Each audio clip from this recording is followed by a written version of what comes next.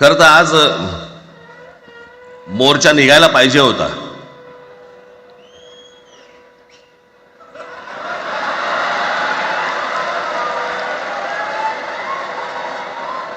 तोंडानेच आहे ना?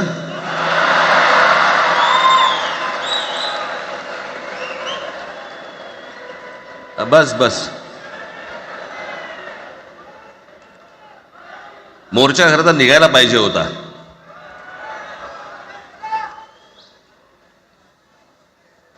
मराठी माणूस कसा सर्व बाजूने एकवटतो याचं एक चित्र मोठ्या प्रमाणावरती उभं राहिलं असतं.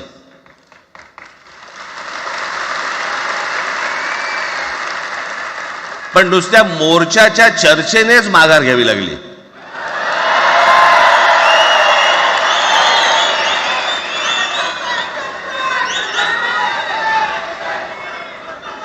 खरं तर आजचाही मेळावा हा खरं तर शिवतीर्थावरती मैदानात व्हायला पाहिजे होता.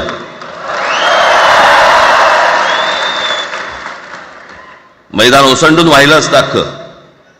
पण पाऊस आहे, पावसामध्ये सगळ्या ठिकाणी अशा प्रकारचे काही जागा मिळत नाहीत फारशा मुंबईमध्ये, आणि म्हणून आज तुम्हाला सर्वांना इथे यावं लागलं. मी बाहेर जे उभे आहेत त्यांची दिलगिरी व्यक्त करतो की त्यांना आतमध्ये येता नाही आलं, परंतु आता काही स्क्रीनवरती आठवा.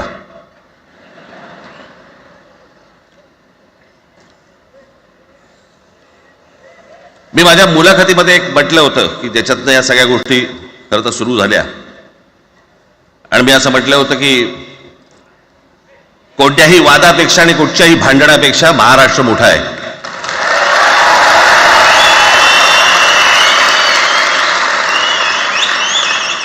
आज जवळपास 20 वर्षानंतर मी आणि उद्धव आम्ही एका व्यासपीठावरती आज येतो आहोत.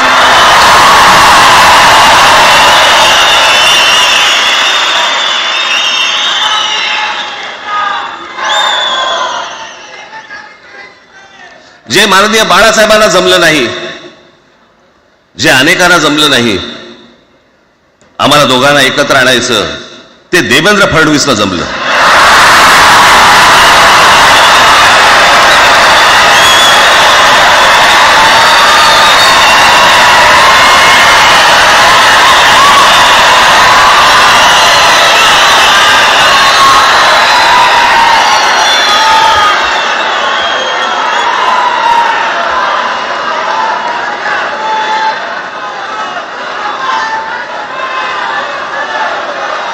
आता बऱ्याच सगळे चॅनल्सचे सगळे कॅमेरे तिकडे लागले, इकडे लागले, इकडे लागलेत.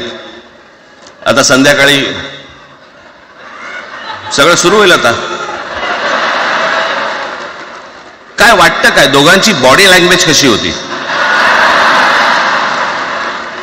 कोणी कमी हसलं का, कोणी जास्ती हसलं का, कोणी बोलतायत का?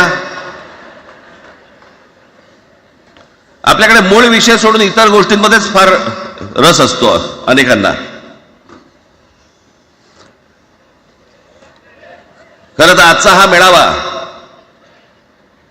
मोर्चालाही तीच घोषणा होती, आजच्या मेळाव्यालाही तीच घोषणा आहे की कुठचाही झेंडा नाही, मराठी